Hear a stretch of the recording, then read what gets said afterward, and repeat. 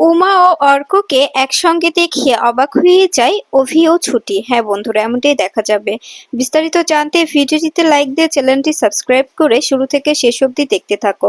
গল্পের শুরুতেই দেখা যাবে ছুটি গঙ্গা স্নান সেরে এলে রেগে যায় অভি। অভি বলতে থাকে, তোমাকে আমি বারবার বলেছিলাম ছুটি, তুমি একদম গঙ্গা স্নানে যাবে না, এরপরেও তুমি কেন আমার কথা অমান্য করে গেলে? এই কথাটার উত্তর চাই আবার। তখনই ছুটি বলে, প্লিজ এরকম করে বকবেন না, কারণ কারণ ঠাম্মি আমাকে বলছিল, আর আমি কি করে ঠাম্মিকে বারণ করতাম বলুন তো?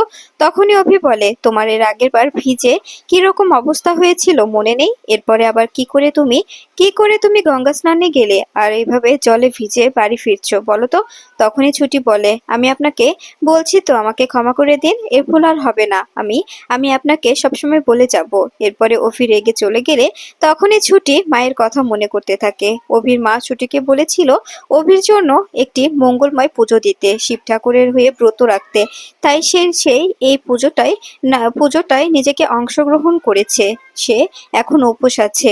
এরপরে দেখা যাবে এদিকে উমা উমা জিমে এসে দেখতে পায় পুরো পুরো পার্কটাই খালি। তখনই উমা বলে, বুঝতে পারছি না আজকে পার্কে কেউ নেই কেন, আর এভাবে বেলুন ছিটিয়ে বা রেখেছে কেন? এরপরেই দেখা যাবে বড় একটি টেডি বিয়ার বসে থাকলে তখনই উমা বলে, এখানে এই টেডি বিয়ারটা কোথা থেকে এলো? এরপরেই দেখা যায় যখনই উমা এগিয়ে যায় তখনই টেডি বিয়ারটা ফুল ছড়িয়ে দেয় উমার দিকে। তখনই উমা ভয় পেয়ে সেখান থেকে দৌড়ে দূরে চলে যায়। এরপরেই দেখা যায় অর্ক নানানভাবে কবিতা বলতে থাকে। এটা দেখে অবাক হয়ে যায় উমা। উমা বলতে থাকে, এটাও কি সম্ভব? আর তার মানে এটা অর্ক। আমি কণ্ঠস্বর দেখে চিনতে পেরেছি অর্ক। এভাবে তুমি আমাকে সারপ্রাইজ দেবে বলে বসেছিলে? তুমি তুমি এটাই আমার জন্য সারপ্রাইজ রেডি করেছো? তখনই অর্ক বলতে থাকে, এটা তো সারপ্রাইজ নয়, সারপ্রাইজ তো কেবলমাত্র শুরু। এবার ওদিকে তাকাও, তাকালেই দেখতে পারবে সারপ্রাইজ কাকে বলে। এরপরে দেখা যাবে উমা অন্যদিকে তাকাতেই দেখতে পায় চারজন ছেলে মেয়ে এসে সেখানে দাঁড়ায়, আর তাদের তাদের নিজেদের গায়ে থেকে কোট খুলে ফেলতে সেখানে বুকের মাঝে লেখা আই লাভ ইউ। এটা দেখে খুশি হয়ে যায় উমা। এরপরে অর্ক অর্ক উমাকে ফুল দিয়ে প্রপোজ করলে উমা মনে মনে বলতে থাকে, আমাকে এখন ওকে হাতে রাখতে হলে ওর প্রপোজালটা অ্যাকসেপ্ট করতেই হবে, ওকে ওকে নিজের জীবনের সঙ্গে জড়াতেই হবে। এই বলেই উমা উমা খুশিতে আত্মহারা হয়ে অর্কর হাত থেকে ফুলটা নিয়ে নেয় আর বলতে থাকে, অর্ক, আমিও তোমাকে অনেক ভালোবাসি Arko, I love you too. এরপরে দেখা যাবে অর্ক উমাকে উমাকে জড়িয়ে নাচতে থাকে। ঠিক তখনই উমা অর্কর গালে একটি ছোট্ট করে কিস করে দেয়। এটা দেখে খুশি হয়ে যায় অর্ক। এদিকে দেখা যাবে ছুটি ছুটি অফিসে এসে বলতে থাকে, আমি ওনাকে কোনোভাবেই আর ওনার সঙ্গে কথা বলবো না। উনি সবসময় আমার সঙ্গে ঝগড়া করা, তো ওনার সঙ্গে সত্যি কথা আর নেই। এরপরে দেখা যাবে শুটির সামনে তাকাতেই দেখতে পায় একজনকে ঘাড়ে তুলে নিয়ে নাচছে অভি। তাই সে লোকটা বারবার বলছে, আমি পড়ে যাব, আমাকে ছেড়ে দিন। এরপরে ছুটি দৌড়ে গিয়ে বলতে থাকে, কি ব্যাপার, উনি কি ঝুড়ি নাকি, ওনাকে এভাবে কাঁধে তুলে নিয়েছেন? তখনই অর্ক বলে, তোমাকে তোমাকে এখানে কথা বলতে বলিনি ছুটি, তুমি এখানে কেন এসেছো? ওর সঙ্গে আমার দ্বন্দ্ব লেগেছে, তাই ওকে আমি কাঁধে তুলে নিয়েছি। এরপরে দেখা যাবে ছুটি বলতে থাকে, তাই বলে এভাবে কাঁধে তুলে নিয়ে ঘোরাবেন? যদি লোকটা পড়ে যেত? তখনই দেখা যাবে অভি বলতে থাকে, সেটা আমার ব্যাপার, তোমাকে বুঝতে হবে না। এখানে আপনি কেন এসেছেন বলুন তো? তখনই ছুটি বলে, আমি আমি অফিসে এসেছি, আপনার কাছে আসিনি। এরপরে দেখা যাবে লোকটি বলতে থাকে, আমি আমি এখন এখন এখান থেকে যাচ্ছি। আর নিজেকে গাড়ির জায়গা দিলে নাকি আবার স্কুটি রাখার জন্য গাড়ির জায়গা দিতে হবে? এই বলে লোকটি চলে যায়। তখনই ছুটি বলে, তার মানে আপনি আমার স্কুটির জায়গা রাখার জন্য লোকটির সঙ্গে এরকম ব্যবহার করছিলেন? কিন্তু কেন? আমার স্কুটির জন্য আপনাকে জায়গা রাখতে কে বলেছে? আমি তো বলিনি। তবে অযথা কেন এভাবে ঝামেলা করছিলেন বলো তো? তখনই অভি চুপচাপ দাঁড়িয়ে থাকে। এরপরে ছুটি বলতে থাকে, আমি বুঝতে পারছি না যে আপনি কি চাইছেন। আপনাকে আপনাকে আমি কি বলবো, সত্যি আমার কোনো ভাষা নেই। তখনই অভি বলতে থাকে, আপনার সঙ্গে আমার কথা বলার কোনো ইচ্ছে নেই। যে কিনা আমার কোনো কথা শোনে না, আমার কোনো কথা মানে না, তার সঙ্গে আমার কথা বলার কোনো রকম কোনো ইচ্ছে নেই। তখনই ছুটি বলতে থাকে, প্লিজ এভাবে বলবেন না, কি হয়েছে আপনি আমাকে বলুন। তখনই অভি বলে, কি হয়েছে বলুন, কি হয়নি? আপনি আপনি কি করছেন এসব?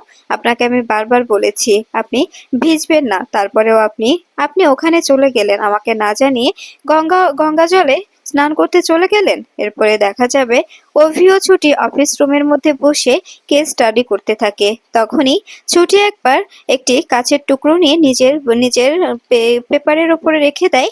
অভি অন্য পাশ থেকে আবার সেই কাচের টুকরোটা নিয়ে নিজের পেপারে রেখে দেয়। এরকম করতে থাকলে অর্ক দেখে হাসতে থাকে আর বলতে থাকে, সত্যি খেলাটা জমে গেছে। এরপরে যখনই অভি নিতে যাবে ঠিক তখনই ছুটি তুলে নিয়ে অভির মাথায় ছুটতে যায়। তখনই অর্ক তো অভি বলতে থাকে, অর্ক দেখতে পাচ্ছিস সেই মেয়েটা আমাকে খুন করবে, আমাকে খুন করার জন্য হাতে অস্ত্র তুলে নিয়েছে। তখনই ছুটি মনে মনে বলতে থাকে, আমি ওনার সঙ্গে কথা বলবো না, তাই আমি এখন আর ওনার সঙ্গে কোনো তর্কে জড়াতে চাইছি না।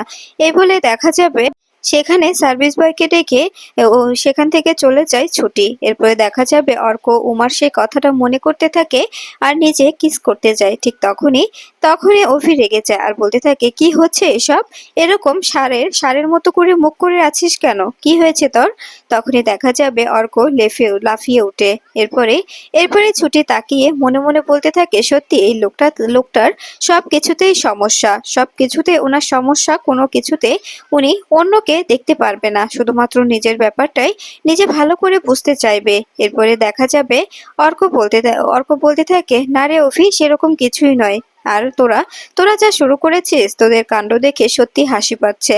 তখনই ছুটি বলে, অর্কদা, তোমার কি শুধু হাসি পায়? হাসি পাওয়ার তো কোনো কারণ নেই। হাসি কেন পাচ্ছে গো? একদম হাসি পাবে না, এই কথাটা মাথায় রেখো।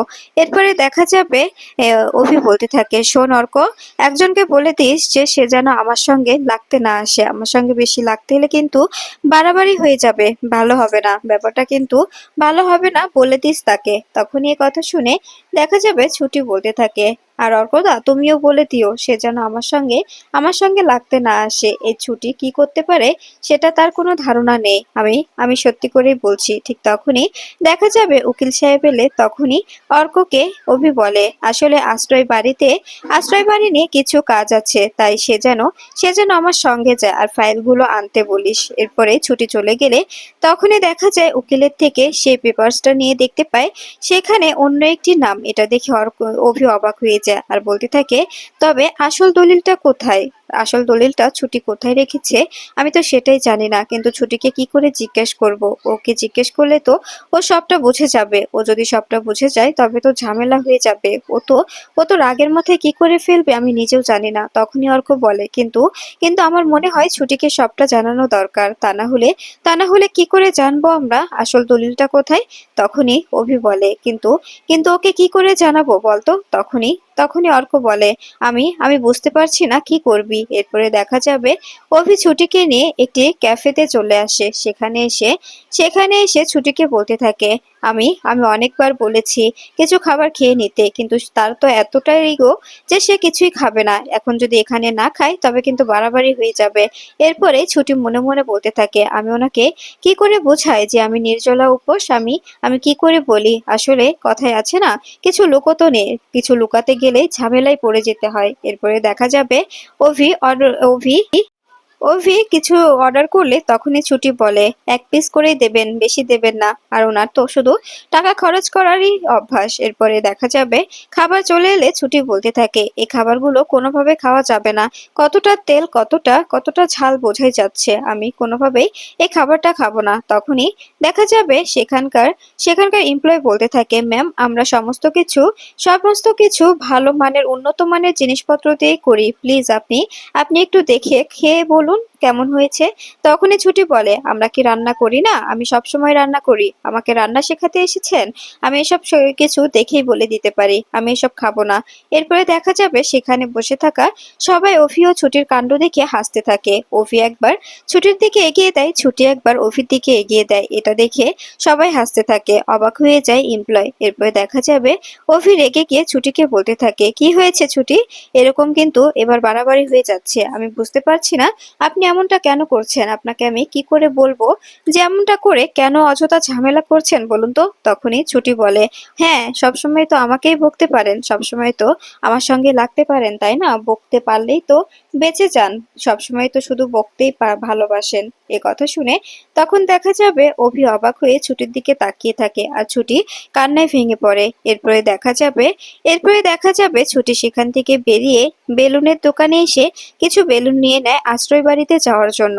এরপরে এরপরে দেখা যায় ছুটি আশ্রয় বাড়িতে আসতে দেখতে পায় সেখানে বুলডোজার আনা হয়েছে আশ্রয় বাড়ি ভেঙে ফেলার জন্য। তখনই ছুটি সমস্ত লোকজনদের নিয়ে জমাট হয় আর বলতে থাকে, এখানে বাড়ি ভাঙতে হলে আমার উপর দিয়ে যেতে হবে।